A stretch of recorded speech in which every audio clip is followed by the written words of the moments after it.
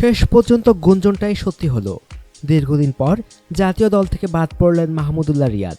টানা অফ ফর্মে থাকা এই ক্রিকেটার শ্রীলঙ্কার বিপক্ষে গল টেস্টেও ব্যর্থ হন। বাংলাদেশ দল কলম্বো যাওয়ার পরেই গুঞ্জন ওঠে মাহমুদুল্লাহর বাদ পড়া প্রসঙ্গে। অবশেষে এই খবর গণমাধ্যমকে নিশ্চিত করলেন জাতীয় দলের ম্যানেজার খালেদ মাহমুদ সুজন। আগামীকাল মঙ্গলবার দেশে ফেরার বিমানে উঠবেন ৩৩ টেস্ট খেলা এই ক্রিকেটার। আজ সোমবারও দলের সঙ্গে অনুশীলন করতে মাঠে এসেছিলেন বিষণ্ণ রিয়াদ, তবে অনুশীলনে যোগ দেননি। কিছুক্ষণ ঘোরাঘুরি করে ড্রেসিং রুমে চলে যান, সেখান থেকে টিম হোটেলে।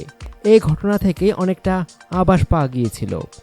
শেষ পর্যন্ত সেটা নিশ্চিত করে পিসারা ওভালে অনুশীলন চলাকালীন খালেদ মাহমুদ বলেন, জাতীয় দলের একজন সিনিয়র ব্যাটসম্যান হিসাবে দ্বিতীয় টেস্ট খেলানোর পরিবর্তে তাকে দেশে ফেরত পাঠানোটাকেই আমরা শ্রেয় মনে করেছি। অবশ্য সুজন বলে রেখেছেন, ওয়ানডে সিরিজের দল এখনও ঘোষণা করা হয়নি। 15 সদস্যের স্কোয়াড অনুমোদনের জন্য বিসিবির সভাপতির নিকট পাঠানো হয়েছে। সেই স্কোয়াডে সুযোগ পেলে রিয়াদ আবারও দলের সঙ্গে যুক্ত হতে পারবে। উল্লেখ্য, আগামী 15ই মার্চ থেকে শুরু হওয়া কলম্বো টেস্ট বাংলাদেশের জন্য ঐতিহাসিক একটি ম্যাচ। এটি টাইগারদের 100তম টেস্ট। শেষ পর্যন্ত এই দারুণ সময়টির সাক্ষী হওয়া হলো না রিয়াদের। গল টেস্টের 2 ইনিংসে ব্যর্থ হয়েছেন তিনি। প্রথম ইনিংসে 8 রান করলেও দ্বিতীয় ইনিংসে কোনো রান না করেই প্যাভিলিয়নে ফিরে যান তিনি।